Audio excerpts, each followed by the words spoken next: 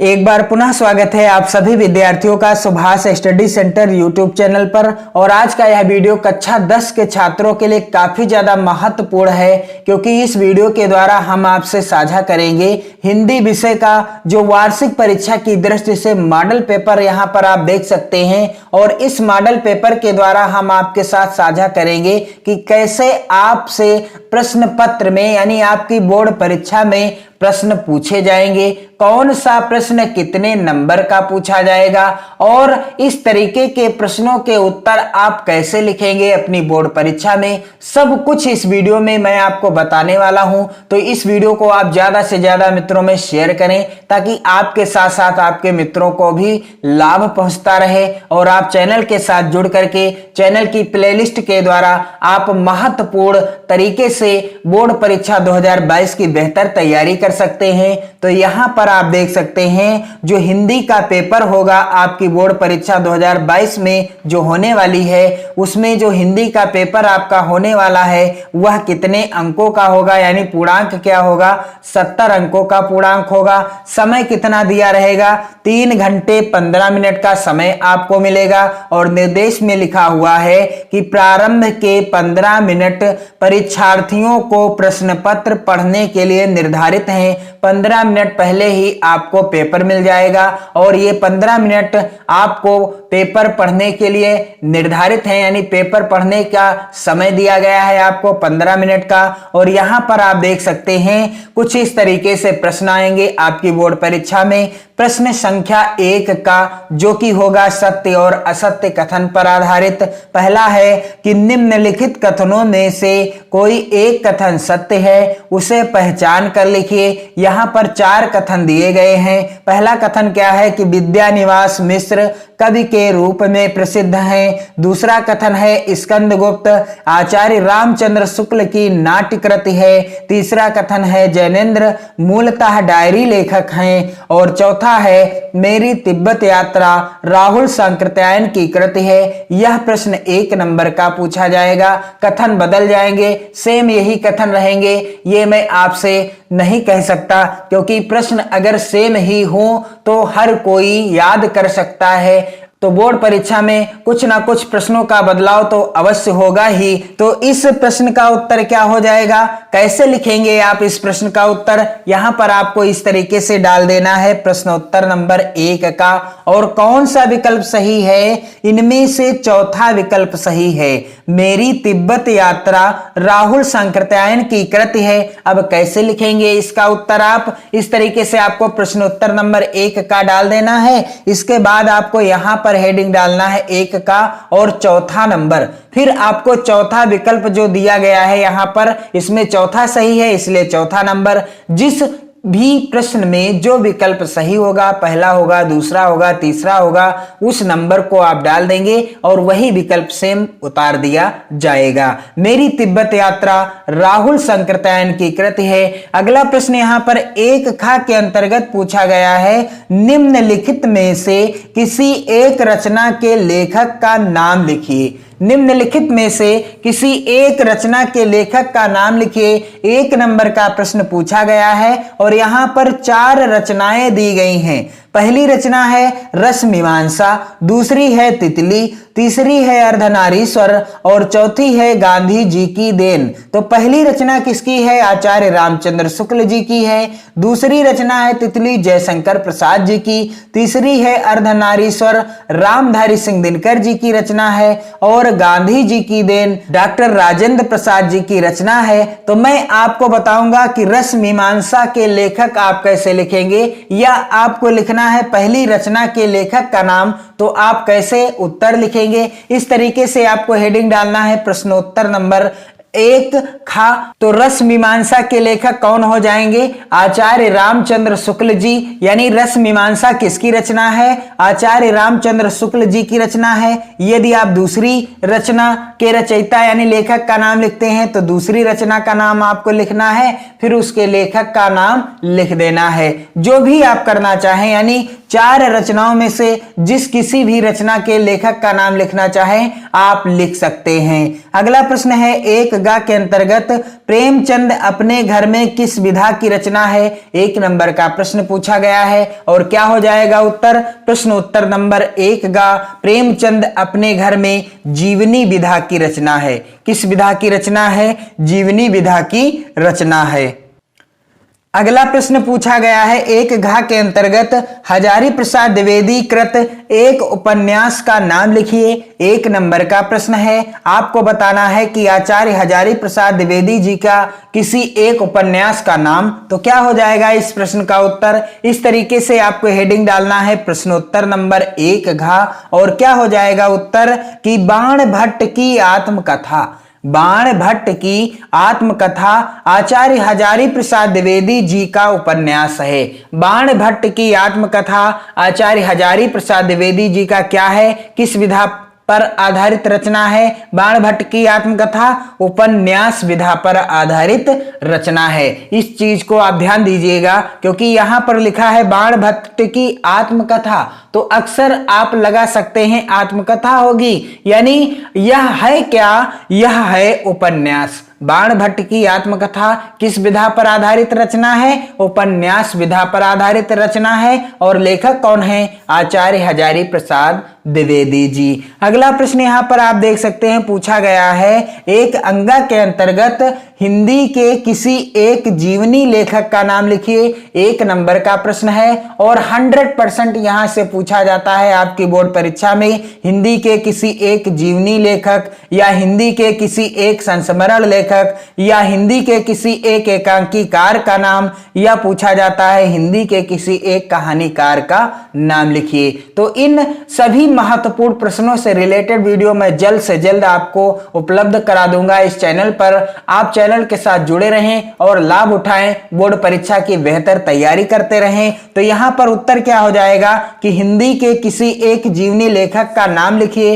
1 number का प्रश्न है और यहां पर उत्तर हो जाएगा कुछ इस तरीके से आप देख सकते हैं। प्रश्न उत्तर नंबर 1 का अंगा आपको डाल देना है इस तरीके से, बढ़िया अच्छे ढंग से आपको लिखना है कॉपी पर, कहीं भी कट पिट यानी ओवर राइटिंग आपको नहीं करनी है, ज्यादातर आपको काटना पीटना नहीं है। और इस तरीके से आपको इस साइड में भी हेडिंग डाल देना है 1 अंगा और क्या हो जाएगा उत्तर? विष्णु प्रभाकर हिंदी के प्रमुख जीवनी लेखक हैं। विष्णु प्रभाकर जी हिंदी के क्या हैं? प्रमुख जीवनी लेखक हैं और इनकी जो है जीवनी जो कि है आवारा मसीहा, तो आपको ध्यान देना है कि आवारा मसीहा जो कि विष्णु प्रभाकर जी की रचना है यह किस विधा पर आधारित है? जीवनी विधा पर आधारित रचना है। अगला प्रश्न यहां पर आप देख सकते हैं 2 का के अंतर्गत पूछा गया है प्रगतिवादी युग की 2 प्रमुख प्रवृत्तियां लिखिए।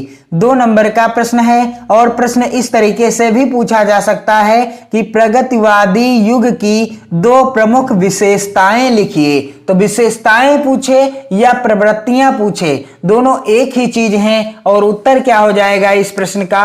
आपको इस तरीके से हेडिंग डालना है प्रश्नोत्तर नंबर 2 का और हेडिंग क्या हो जाएगी? प्रगतिवादी युग की 2 विशेषताएं। इस तरीके से हेडिंग डालना है और पहली विशेषता क्या है प्रगतिवादी युग की? साम्यवादी विचारधारा।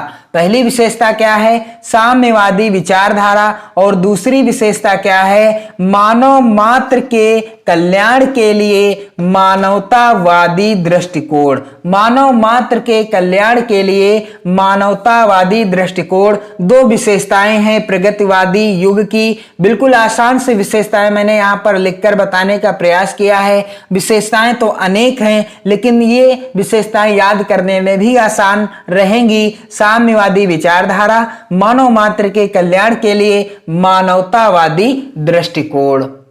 अगला प्रश्न पूछा गया है 2 खा के अंतर्गत प्रगतिवादी युग के किन्हीं 2 कवियों के नाम और उनकी एक एक रचना का नाम लिखिए। यहां पर आप देख सकते हैं 2 नंबर का यह प्रश्न पूछा गया है और उत्तर आपको लिखना है कुछ इस तरीके से प्रश्नोत्तर नंबर 2 खा इस तरीके से आपको डाल देना है और इस साइड में भी आप डाल दीजिएगा 2 खा। तो प्रगतिवादी युग के 2 प्रमुख कवि और उनकी रचनाएं कौन कौन सी हैं? पहले हैं रामधारी सिंह दिनकर जी, इनकी रचना का नाम क्या है? उर्वशी है। और दूसरे हैं शिवमंगल सिंह सुमन जी और इनकी रचना का नाम क्या है? जीवन के गान। रामधारी सिंह दिनकर उर्वशी और शिवमंगल सिंह सुमन जीवन के गान। तो अगला प्रश्न यहां पर आप देख सकते हैं मॉडल पेपर के अंतर्गत पूछा गया है 2 गा के अंतर्गत निम्नलिखित रचनाओं में से किसी एक रचना के रचयिता का नाम लिखिए। यहां पर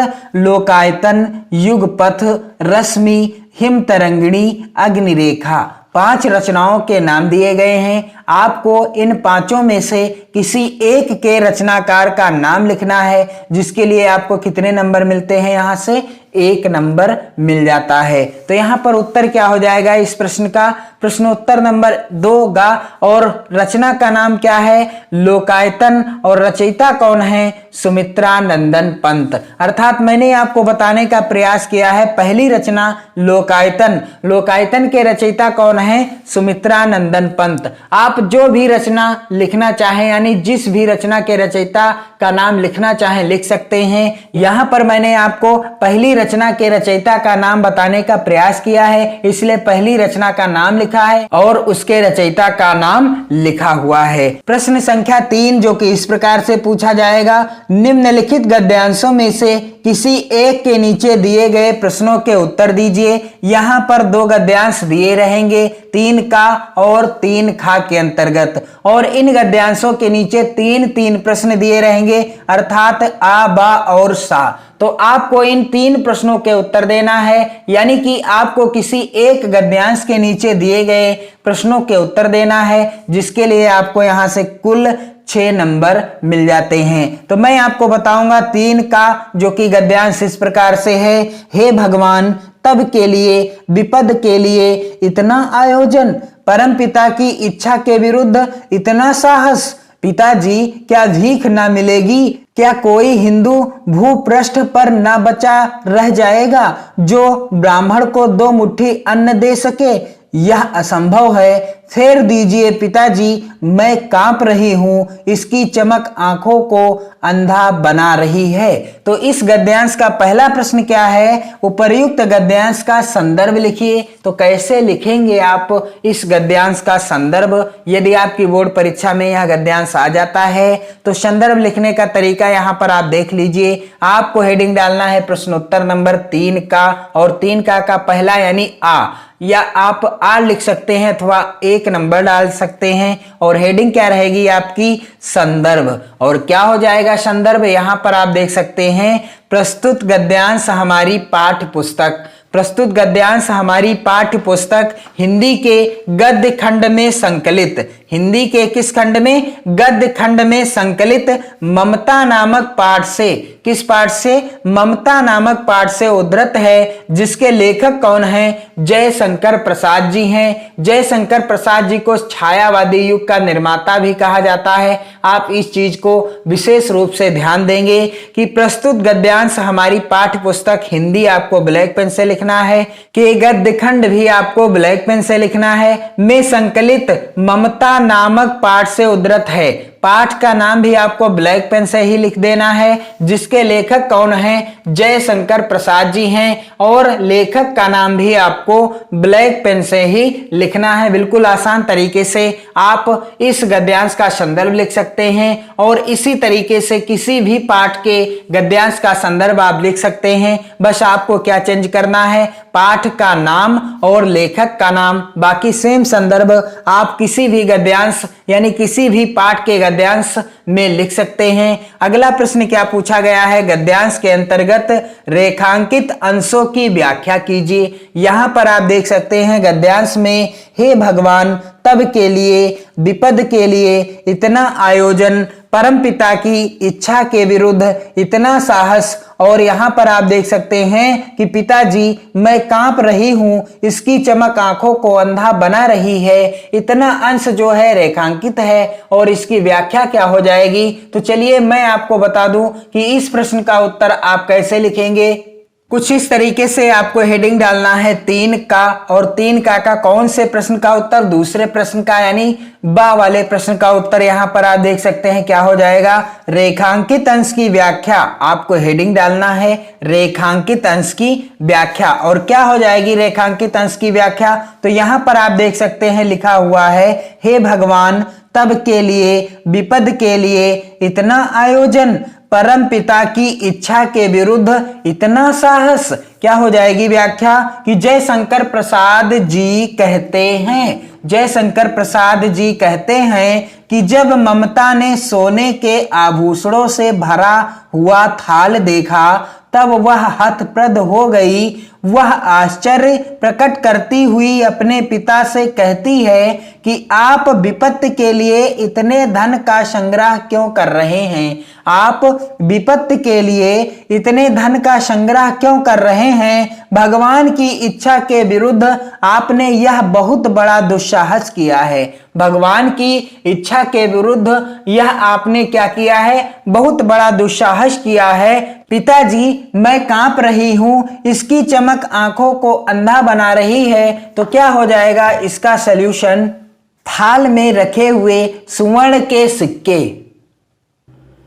जो कि ममता के पिता ने शेरशाह से उत्कोच यानी घूस के रूप में स्वीकार किए थे, उनकी चमक ममता की आंखों को अंधा बना रही थी। ममता का मानना था कि विधर्मियों से लिया गया घूस का धन विपत्ति का साधक होता है। ममता का क्या मानना था कि जो विधर्मी होते हैं उनसे लिया गया घूस का धन क्या हो जाएगा, विपत्ति का साधक हो जाएगा। अर्थात इस धन से हमें लाभ नहीं होगा बल्कि हमारे लिए क्या होने वाला है, हानि ही हानि होने वाली है, हमारा विनाश होने वाला है। अगला प्रश्न क्या पूछा गया है गद्यांश का, अपने पिता का कौन सा कृत्य ममता को परम पिता की इच्छा के विरुद्ध लगा।